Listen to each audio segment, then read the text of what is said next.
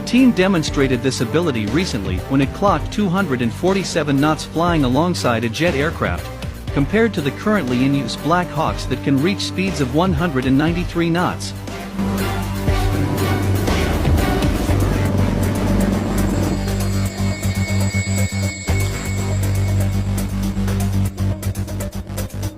A pusher prop at the rear of the aircraft provides higher acceleration and deceleration, improving flight maneuverability to dominate Joint All-Domain Operations (JADO) in the future. With a cabin space for 12 combat troops or 3,680 pounds of cargo, the Defiant X will fit right in the US military, carrying out tasks just like Black Hawks, but twice as faster.